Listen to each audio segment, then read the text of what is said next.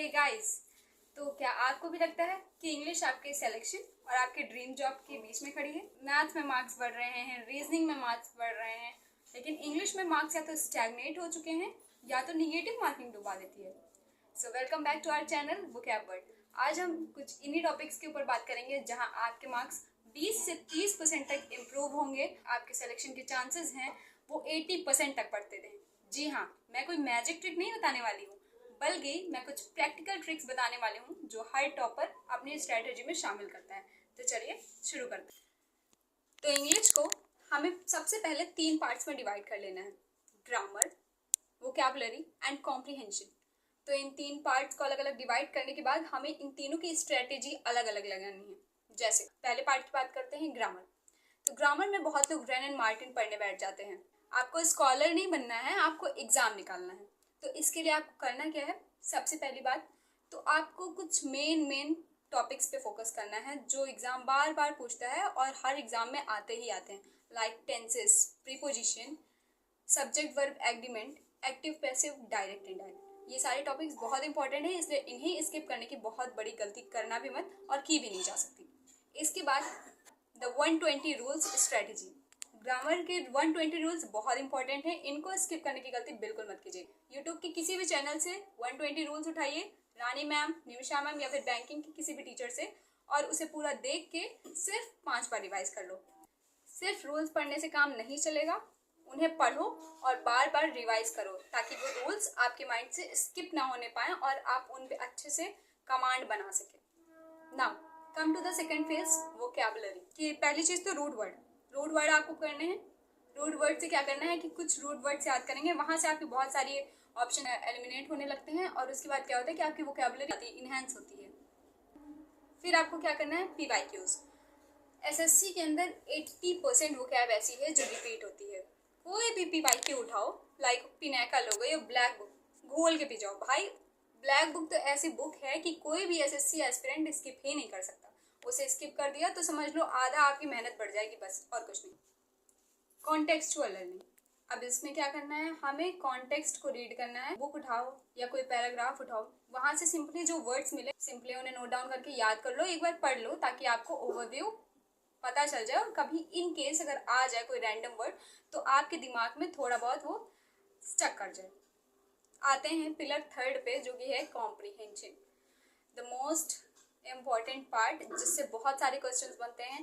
Para jumble हो गया, cloze test हो गया, कॉम्प्रिहेंशन हो गया। भाई बहुत कम अगर होता है ना तो 15 नंबर का यहाँ से क्वेश्चन आता है। तो यहाँ से आपको क्या करना है? सबसे पहली बात तो आपको यहाँ पे रीडिंग स्किल बहुत अच्छी करनी है। अगर आपकी रीडिंग स्किल अच्छी है तो आपको कोई रोक ही नहीं सकता अच्छे नंबर लाने से, क्योंकि कॉम्प्रिहेंशन को अच्छा करने में अगर किसी का रोल है तो वो सिर्फ और सिर्फ रीडिंग का। तो सबसे पहले हमें क्या करना है? या तो द हिंदू रीड करना शुरू करना है या फिर द इकोनॉमिस्ट। वो भी न्यूज़पेपर बहुत अच्छा आता है और इन दोनों की लैंग्वेज और एडिटोरियल्स बहुत अच्छी लैंग्वेज मिलके होते हैं। और अगर इनसे बोर हो जाते हो तो भी आपके पास एक सोल्यूशन है कि तो बुक को उठा सकते हैं, किसी रीडर की बुक उठाइए या फिर कुछ भी, जो बुक आपको अच्छी लगे उसे पढ़िए और उसके वर्ड्स जो आपको नए वर्ड्स मिलते हैं बस उन्हें लिखिए और उन्हें फाइंड करिए। नाउ इसके बाद क्या आता है? Elimination method. ये सबसे ज़्यादा इम्पॉर्टेंट पार्ट है। इसके साथ हमें एलिमिनेशन मेथड का यूज़ भरपूर करना है। एलिमिनेशन मेथड से क्या होता है कि आपको ये पता चलता है कि कौन से आंसर नहीं हमें टिक करने हैं। जी हाँ, आंसर सही टिक करना तो सबको आता है, लेकिन आंसर गलत ढूंढ लेना वो सबसे बड़ी चीज़ है। अगर आप वो ढूंढ लेते हैं तो वहाँ पे आपको 90% चांसेस हैं कि एक ही बार में आपका आंसर मिल जाता है। चलते हैं हमारे नेक्स्ट स्टेप की ओर, मॉक स्ट्रेटेजी। Sectional mock.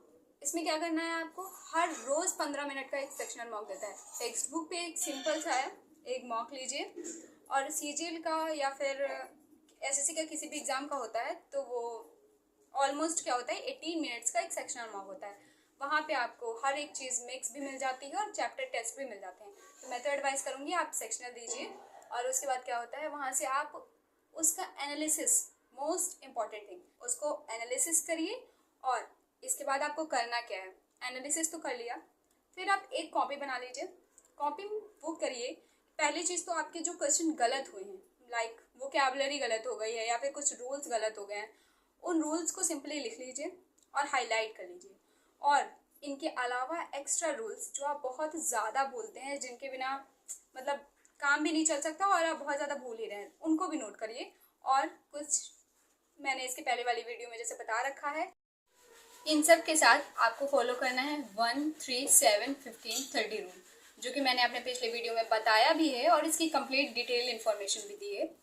तो ये होता क्या है, बेसिकली आपने जो आज पढ़ा उसे कल यानी कि फर्स्ट डे रिवाइज करना है, फिर उसको थर्ड डे रिवाइज करना है, उसी को 7th डे, 15th डे और फिर 30 यानी कि महीने के आखिरी में भी इसको रिवाइज करना है।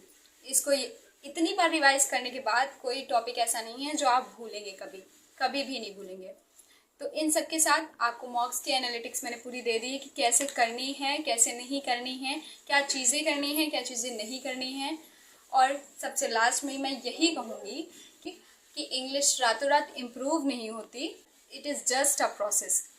तो धीरे धीरे इम्प्रूवमेंट होगा, आप कंसिस्टेंसी के साथ ये चीज़ें करेंगे तो 30 डेज़ के अंदर आपको इम्प्रूव दिख जाएगा और आपके मार्क्स में आपको एक बहुत अच्छा जंप दिखेगा। अगर आपकी कोई क्वेरीज हो तो let me know in the comments and मिलते हैं नेक्स्ट वीडियो में। तब तक के लिए सी यू।